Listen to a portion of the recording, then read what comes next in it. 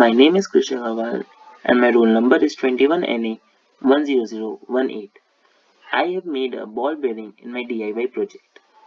For making the rings of this bearing, I placed two cylinders on top of each other and used the Boolean function to obtain a ring. Similarly, I did the same for the inner ring.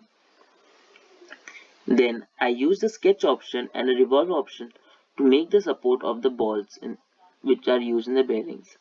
Then I used the sphere and used the polar array option to make the balls. For printing, I used the Cura software. I made the following settings. The quality and the layer height I used 0.2 mm. Then in the infill option, then I made the infill density as 20%. Then for the speed, it is 60 mm per second and others. Then I started the slicing process to get the estimated time.